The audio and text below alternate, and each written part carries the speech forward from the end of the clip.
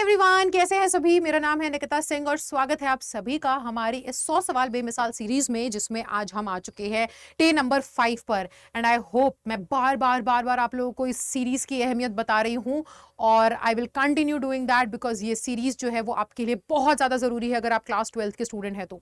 Basically ये UP board special यहाँ पर लिखा है, बट इतना जान करके रखिए कि आप चाहे यूपी से हैं, एमपी से हैं, आप किसी भी बोर्ड से हैं, अगर आपके यहाँ पे एनसीईआरटी है, फ्लेमिंगो और विस्तास अगर आप पढ़ रहे हो क्लास 12th इंग्लिश में, तो ये सीरीज आपके लिए बहुत इंपॉर्टेंट है भाई।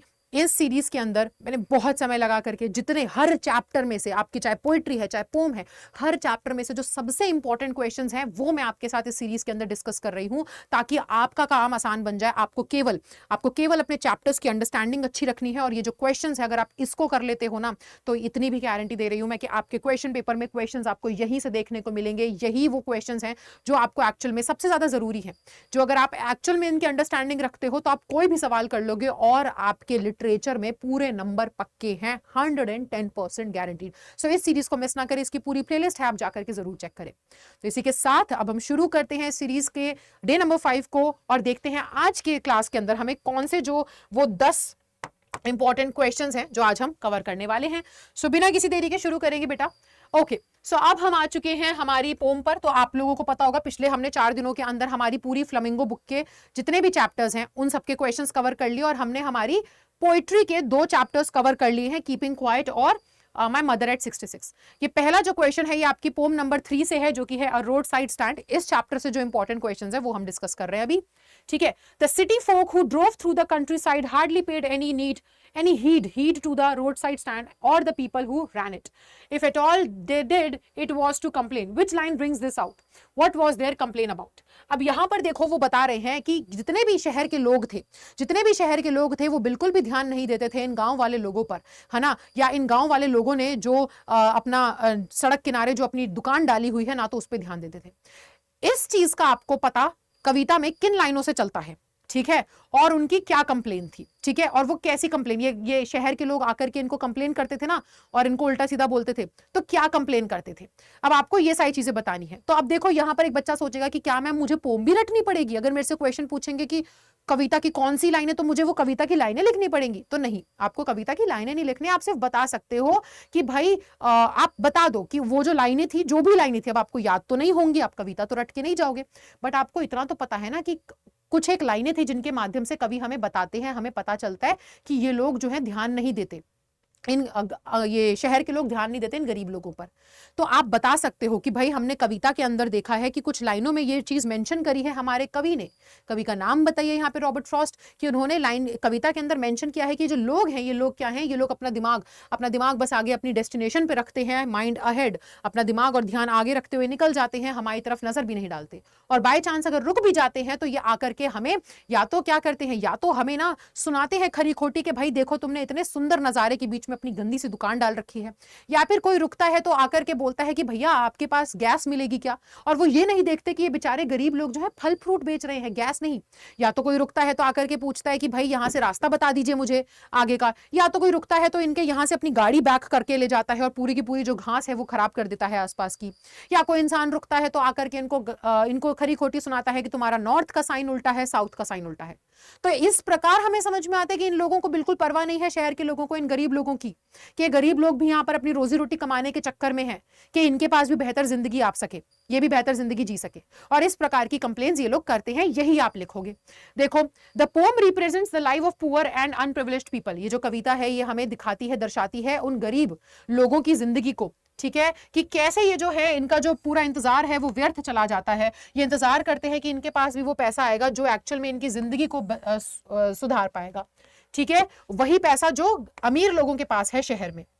The rich zoomed across carelessly in their luxurious vehicles. आप या तो इतनी बड़ी इंग्लिश लिख सकते हो या साधारण इंग्लिश भी लिख सकते हो।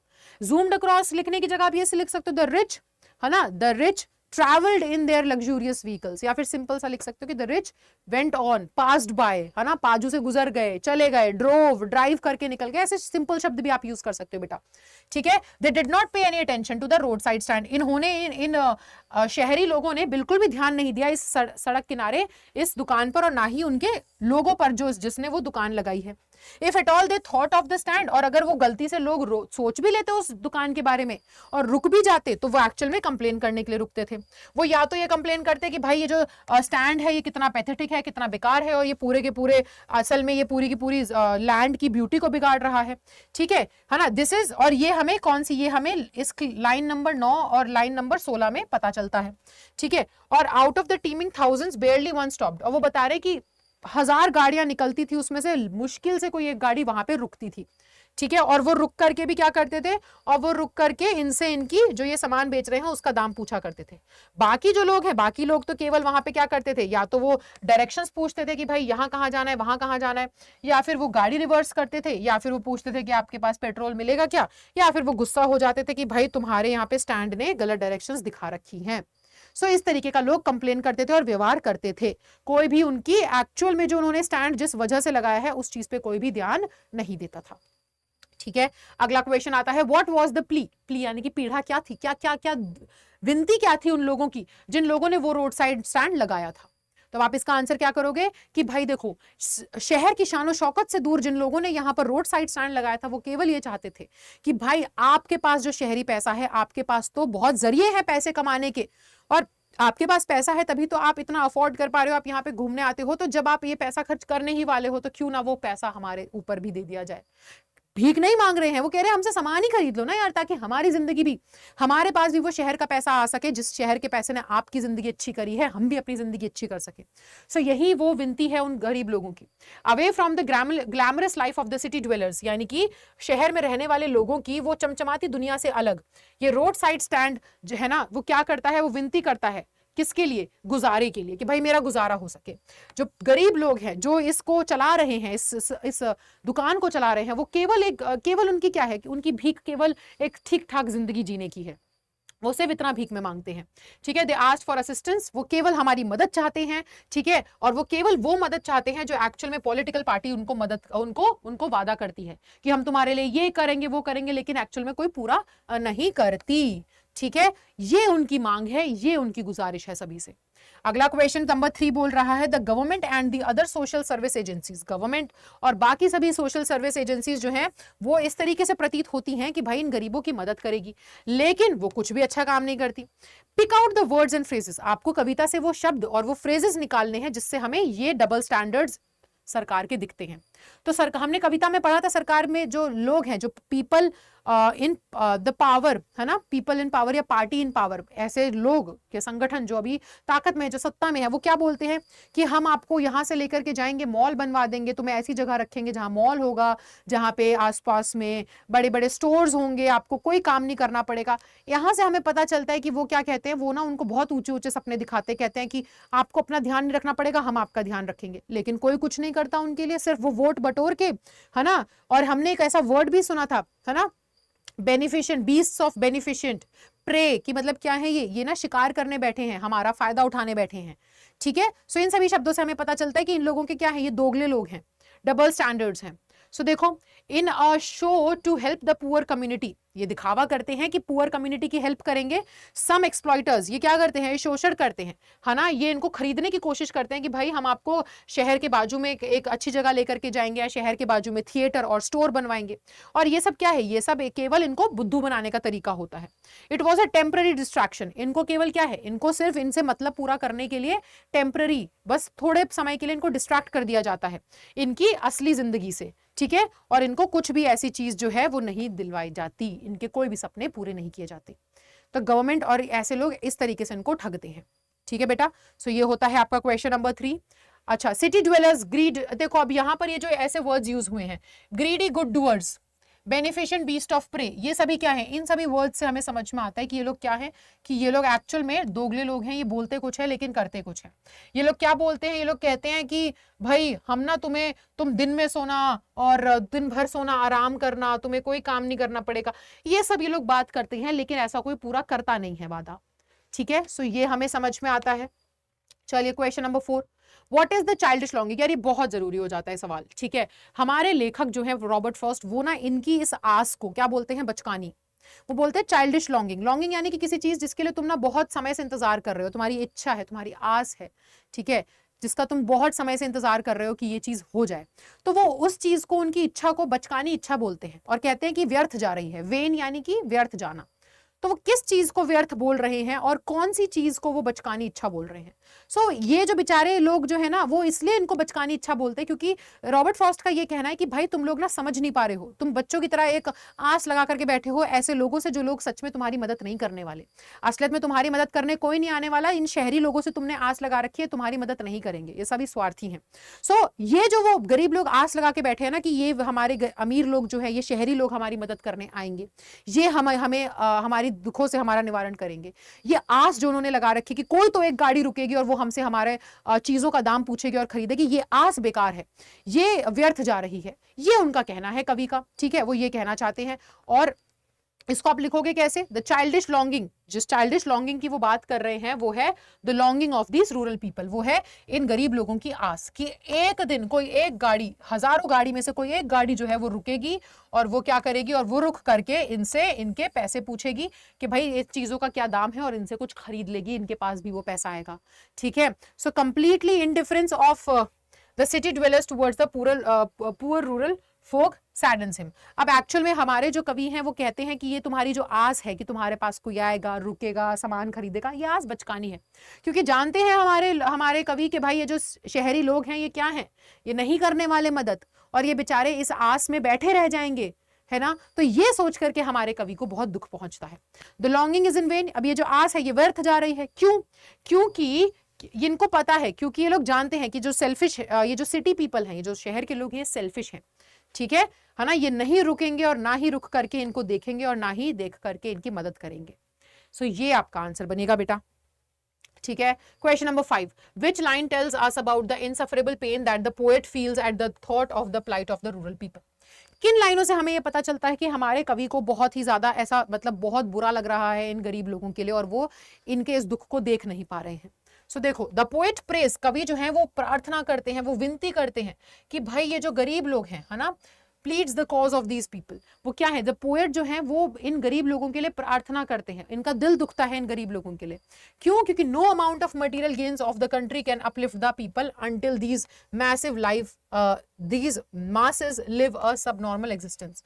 क्योंकि देखो कितने भी लोग हैं, अब हमारे कवि का, आप सिंपल सी भाषा में ऐसे भी लिख सकते हो आंसर कि हमारे कवि का कितना ही वो कर ले, है ना, एक इंसान उनको कितना ही पैसा दे दे, कुछ ही कर ले, बट इनका ना तब तक निवारण नहीं हो पाएगा दुखों से, जब तक एक्चुअल में क्या नहीं होता, जब तक एक्चुअल में हम जैसे लोग सब मिल करके थोड़ा थोड़ा कर करके इनको कोई गुजारा नहीं देते, रोजी रोटी नहीं देते, है ना। अगर इन्होंने अपनी रोजी रोटी पहाड़ों में बनाई है तो पहाड़ों में ही अगर इनकी रोजी रोटी है तो वहीं पर जा करके अगर हम समझे और इनकी रोजी रोटी को आगे बढ़ने दें तो किसी एक इंसान को उठ करके इनको पैसा नहीं देना पड़ेगा, बल्कि रोज थोड़ा थोड़ा थोड़ा थोड़ा कमा करके इनके पास भी पैसा आएगा और ये जिंदगी बेहतर बना सकेंगे।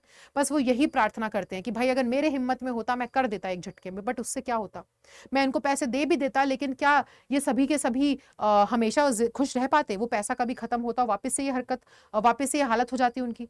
तो हमें क्या करने की जरूरत है, एक्चुअल में इनको एक बेहतर रोजगार की जरूरत है, ठीक है, या फिर जो रोजगार ये कर रहे हैं उसमें हमें भी इतनी जागरूकता रखने की जरूरत है कि हम भी इनकी मदद कर सके, ठीक है। He would be relieved if these people are put out of their misery.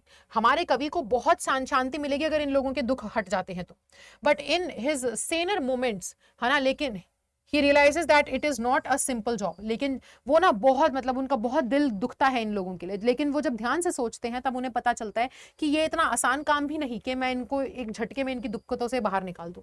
वो सोचते हैं कि how he would feel if someone offered to put him out of his misery through death। he realizes that death is not an option। ठीक है, वो सोचते हैं कि भाई इन बेचारों को कभी लगता होगा कि मर जाना चाहिए, बट मरने से कुछ नहीं होने वाला ना, है कि नहीं। हम लोगों को समझना पड़ेगा, हम लोगों को इनके लिए कुछ करना पड़ेगा, ठीक है, आगे समझ में।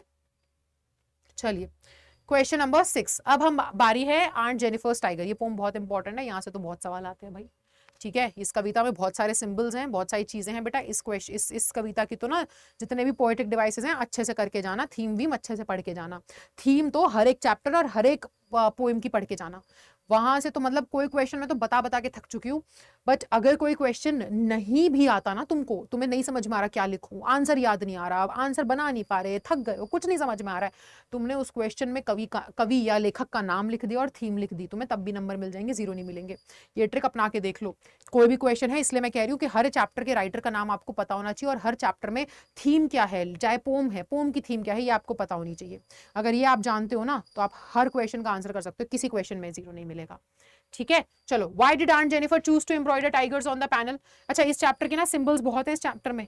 टाइगर का मतलब टाइगर नहीं है, टाइगर जो है वो एक्चुअल में किसी और चीज का प्रतीक है, आंट जेनिफर किसी और चीज का प्रतीक है। तो सिंबल्स याद रखना और पोएटिक डिवाइसेस इस चैप्टर के अच्छे से रखना। सो अब आंट जेनिफर ने केवल टाइगर्स को एम्ब्रॉयडर करना ही क्यों सोचा? तो इसका आप आंसर क्या करोगे बेटा कि aunt Jennifer chose to embroider tigers on the panel. उन्होंने टाइगर्स बनाने का इसलिए सोचा क्योंकि वो खुद ना, देखो, एक कला और एक कलाकार के बीच के उसके उन दोनों के बीच में जो फर्क है वो दिखाना चाह रहे हैं कि कलाकार जो है वो इतना वीक है, वो इतना फ्रेजाइल, फ्रेल है, इतना कमजोर है और इतना ज्यादा बंधा हुआ है और इतना डरा हुआ है कि वो अपनी जिंदगी उस तरीके से नहीं जी सकता जिस तरीके से वो जीना चाहता है। और वो भी कोशिश करता है कि काश उसकी भी क्या है, उसकी भी इच्छाएं हैं कि काश मैं इतनी मजबूत होती, इतनी स्ट्रांग होती, इतनी निडर होती कि मैं अपनी जिंदगी जी पाती। और वो उसी जिंदगी को जीने के लिए, उतना ही निडर बनने के लिए वो एक ऐसे जानवर को एम्ब्रॉयडर करना चाहती है जो कि क्या है, जो कि बहुत निडर है, जो किसी से नहीं डरता। और वो जानवर है टाइगर्स। टाइगर्स होते हैं जो बहुत ही ज्यादा निडर होते हैं, जो किसी से नहीं डरते, वो अपनी मर्जी के मालिक होते हैं। सो वो इसलिए टाइगर्स बनाती हैं, ठीक है, क्योंकि वो जितनी वीक हैं वो क्या है, वो भी टाइगर की जैसी एक स्ट्रॉन्ग पावरफुल वुमेन बनना चाहती हैं, इंडिपेंडेंट फ्री वुमेन बनना चाहती हैं। तो because of the nature of the tigers, वो टाइगर्स को इसलिए बनाती हैं क्योंकि टाइगर्स के, है ना, प्रवृत्ति को देखते हुए। दे सिंबलाइजेस स्ट्रेंथ। टाइगर्स क्या, किस चीज का प्रतीक है? टाइगर्स जो है वो प्रतीक है स्प्लेंडर, स्ट्रेंथ का, ठीक है, which was in sharp contrast to her own meek nature. यानी कि टाइगर्स जो है वो किस चीज का प्रतीक है? वो है एक शान, एक बल, ठीक है, निडरता का प्रतीक है, जो कि एकदम ऑपोजिट है आंट जेनिफर के नेचर से। क्योंकि आंट जेनिफर इतनी नहीं है, बट वो चाहती हैं वैसा बन सके, टाइगर्स वैसे होते हैं, तो इसलिए वो अपनी इच्छाओं को अपनी कला के माध्यम से जीने की कोशिश करती हैं, टाइगर्स को एम्ब्रॉयडर करती हैं। The massive weight of the wedding band that sits heavily on her hand, है ना।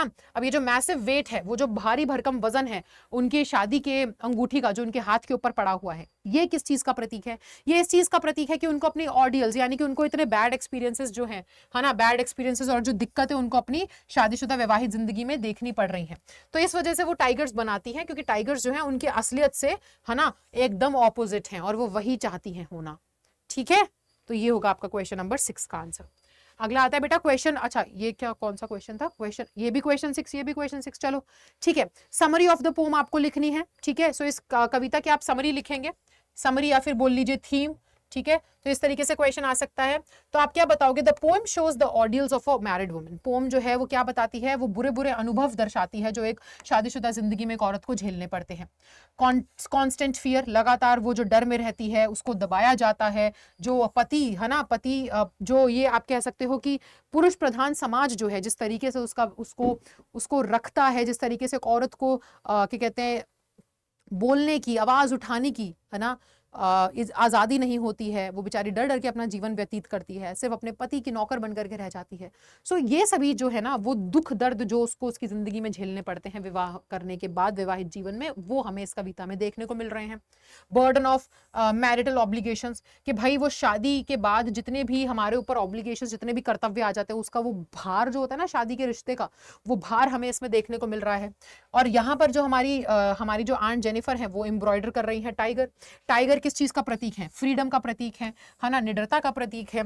और they are elegant and happy. और टाइगर्स उन्होंने कैसे बनाए हैं? जो मस्त मौला अपनी जिंदगी में खुश हैं, घूम रहे हैं, उन्हें किसी से डर नहीं लगता, ठीक है। जो कि असल में एक्चुअल में पूरा विपरीत है आंट जेनिफर के कैरेक्टर से। टाइगर्स दर्शाते हैं आंट जेनिफर की इच्छाओं को, वो इच्छा जिसमें वो फ्री रहना चाहती है, निडर रहना चाहती है।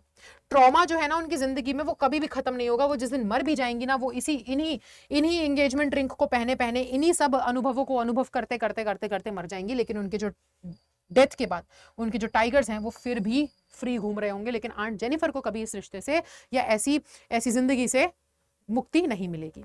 सो ये हमारी कविता की समरी या थीम है, ठीक है बेटा। Question number 7, what is the contrast shown in the character of. ये बहुत इंपॉर्टेंट हो जाता है कि भाई क्या फर्क है आंट जेनिफर। देखो, या तो ये पूछेंगे कि आंट जेनिफर ने टाइगर ही क्यों बनाए, या ये पूछेंगे कि आंट जेनिफर और टाइगर के बीच में फर्क बता दो, या ये पूछेंगे कि क्या कहते हैं आंट जेनिफर के टाइगर के माध्यम से आंट जेनिफर क्या बताना चाहती है, वो उनकी अपनी इच्छाएं दर्शाना चाहती है। इस टाइप के क्वेश्चंस, या टाइगर जो है वो किस चीज का प्रतीक है, आंट जेनिफर किस चीज का प्रतीक है, ये टाइप के क्वेश्चंस पूछे जाएंगे बेटा। ठीक है, सो देखो जो फर्क है टाइगर और आंट जेनिफर में वो यही है कि आंट जेनिफर इज ऑप्रेस्ड, उनको दबाया जा रहा है, डर से पीड़ित हैं, है कि नहीं, उनके पास आजादी नहीं है। लेकिन वहीं पर जो टाइगर्स हैं वो फियरलेस हैं, वो किसी से डरते नहीं है, वो फ्री हैं। ठीक है, सो आप यही बताओगे कि एड्रियन रिच ने बहुत प्यारे तरीके से आंट जेनिफर को दिखाया है, दर्शाया है कि आंट जेनिफर के माध्यम से हर एक औरत वैवाहिक जीवन में कैसे गुजारा करती है, वो दर्शाया है। ठीक है, आंट जेनिफर जो है वो अफ्रेड है, वो कांपी हुई है बेचारी, डर से भरी हुई है, और वो एक ऐसी जिंदगी जी रही है जिसमें सिर्फ कष्ट ही कष्ट है ना, जहां पे उनको बस अपनी जिंदगी के जो अपनी शादी के जो कर्तव्य हैं वो निभाने पड़ रहे हैं, वो बर्डन पूरा करना पड़ रहा है। लेकिन वहीं पे टाइगर्स जो है, टाइगर्स वो बहुत ही फियरलेस हैं, ब्राइट हैं, फ्री हैं, और वो प्राउड हैं, वो जहां रहते हैं उस जंगल के राजा की तरह घूमते हैं, बिना किसी की टोक टाक के, बिना किसी से डरे। सो ये फर्क है दोनों में, आंट जेनिफर और टाइगर्स में। चलिए question number 8, what is the theme of the pome. देखो दोबारा से मैंने बोला या तो समरी पूछेंगे या तो थीम पूछेंगे। सो अब आप बताओगे, देखो थीम जब भी पूछी जाए ना, सबसे बेहतरीन तरीका है थीम को शुरू करने का कि राइटर का या पोएट का नाम से शुरू किया जाए। यहाँ पे द पोएट की जगह अगर आप लिख दो एड्रियन रिच, आहा स्वाद आ जाएगा भाई, पूरे पूरे नंबर, टीचर खुश तुमसे, सीधा खटाक नंबर। ठीक है, so Adrienne Rich is famous for her feminist writing, वो फेमिनिज्म फेमिनिस्ट राइटिंग के लिए बहुत फेमस है। थ्रू द पोम, इस कविता के हिसाब इस माध्यम से वो हाईलाइट करती हैं वो पीड़ा जो एक औरत को देखनी पड़ती है, झेलनी पड़ती है शादी में। एक औरत जो शादीशुदा है ना, उसको क्या बर्डन अपनी शादीशुदा जिंदगी में झेलने पड़ते हैं, उस बारे में बात होती है। उसकी फ्रीडम, उसकी इच्छाएं जो है वो सारी की सारी मार दी जाती हैं, खत्म हो जाती हैं। अब ये जो इच्छाएं हैं वो ना आंट जेनिफर क्या कर रही हैं, वो इच्छाएं जीने की कोशिश करती हैं अपने टाइगर्स के माध्यम से, जो कि वो एम्ब्रॉयडर करती हैं पैनल के ऊपर। पोएट यहाँ पे ये भी दर्शाता है कि कैसे आंट जेनिफर का जो हाथ है वो कांप रहा है जब वो एम्ब्रॉयडरी कर रही है। क्यों? क्योंकि इसका मतलब ये है कि वो अपने पति से डरती हैं कहीं ना कहीं, और उनके जीवन में जितने भी ये ऑर्डियल्स मतलब बेटा, ऑर्डियल्स मतलब कि बैड एक्सपीरियंसेस जो है वो उनको कभी भी क्या नहीं करने देंगे, कभी भी इस जीवन से, ऐसे जीवन से छुटकारा नहीं पाने देंगे जब तक वो मर ना जाए। ठीक है, वो हमेशा एक औरत जो है वो हमेशा क्या है, वो हमेशा उस आदमी से डर के और ऐसे ही अपनी जीवन काट देगी, व्यतीत हो जाएगा और एक दिन मर जाएगी। ये वो इस कविता के माध्यम से उस औरत का दुख और दर्द हम तक पहुंचाने की कोशिश कर रही है। तो ये आपकी पोम की थीम होगी। ठीक है, अच्छा अब यहाँ पर देखो पोएटिक डिवाइसेस पूछ रहे हैं बेटा। यहाँ पे ना मैंने पोएटिक डिवाइसेस, ताकि आपको आसानी हो, मैंने पॉइंट्स में लिख दिया, बट आप याद रखिएगा पॉइंट्स में आप नहीं लिखेंगे। ठीक है, आप पॉइंट्स में नहीं लिखेंगे, आप सिर्फ ऐसे पैराग्राफ चेंज कर करके लिखेंगे। सो यहाँ पे जो पोएटिक डिवाइसेस हैं वो है मेटाफर। मेटाफर यानी कि दो चीजों में कंपैरिजन। तो वो क्या बोलते हैं कि जो हमारे शेर हैं उनका रंग कैसा है, टोपेज, पत्थर जैसा। सो ये एक मेटाफर है। World of green, world of green वो बताना चाह रहे हैं कि वो किस में रहते हैं, वर्ल्ड ऑफ ग्रीन जंगल से उनका है ना तात्पर्य है, तो ये मेटाफर हो गया। Anaphora, they do not fear, they pace in sleek. अब एनाफोरा यानी कि एक ही शब्द से दो बार जब लाइनों में, लाइन एक लाइन दूसरी लाइन, जब लाइनों में एक ही शब्द से शुरू हो रहा हो आपकी लाइन, सेम वर्ड रिपीट हो रहा हो, एनाफोरा है। जैसे कि दे। एलिट्रेशन यानी कि जब लगातार एक ही लाइन में जो शब्द हैं, दो या दो से अधिक शब्द में स्टार्टिंग का लेटर सेम है या ध्वनि सेम है, जैसे फिंगर फ्लटरिंग, लेटर भी सेम ध्वनि भी सेम। प्रैंसिंग प्राउंड, लेटर भी सेम ध्वनि भी सेम। अच्छा, सेनेक्डोक, टेरिफाइड हैंड्स। ठीक है, अगला pun, ringed with ordeals. Imagery, will go on prancing, है ना। तो ये मैं आपको ऑलरेडी बता चुकी हूँ फिगर ऑफ स्पीच वाली वीडियो में, चैप्टर को एक्सप्लेन करते वक्त मैंने आपको समझाया है। अगर आपको नहीं याद है तो बेटा एक काम करिएगा, आप जाकर के प्लेलिस्ट चेकआउट करो जिसके अंदर मैंने डिटेल में आपको ये सारी चीजें समझाई थी। तो यहाँ पे एज आंसर अगर मैं बताऊं तो ये मोस्ट इंपॉर्टेंट में ये सभी मैंने लिख दी है। ठीक है, पैराडॉक्स और कॉन्ट्रडिक्शन, पर्सोनिफिकेशन, सो ये सभी जो आपके पोएटिक डिवाइसेस हैं वो इस चैप्टर में यूज किए गए हैं। ओके, चलो, और अगला क्वेश्चन आता है, why do you think aunt Jennifer created animals that are so different from her own character. सवाल वही है, घुमा के पूछ दिया है, आंट जेनिफर ने टाइगर क्यों बनाया।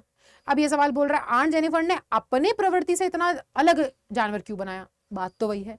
तो आप बताओगे क्योंकि भाई खुद इतनी ज्यादा पीड़ित थी, इतनी ज्यादा दबी हुई, इतनी ज्यादा घुटन में जी रही थी, इतनी ज्यादा परेशानियों में थी, इतनी डर में रहती थी, तो इस वजह से उसकी कुछ महत्वाकांक्षा, उसकी कुछ डिजायर्स थी जिसको वो पूरा नहीं कर सकती थी। तो वो अपने कैरेक्टर के थ्रू अपनी डिजायर्स को पूरा करती है, अपनी एम्ब्रॉयडरी, अपनी कला के थ्रू, अपने आर्ट के थ्रू।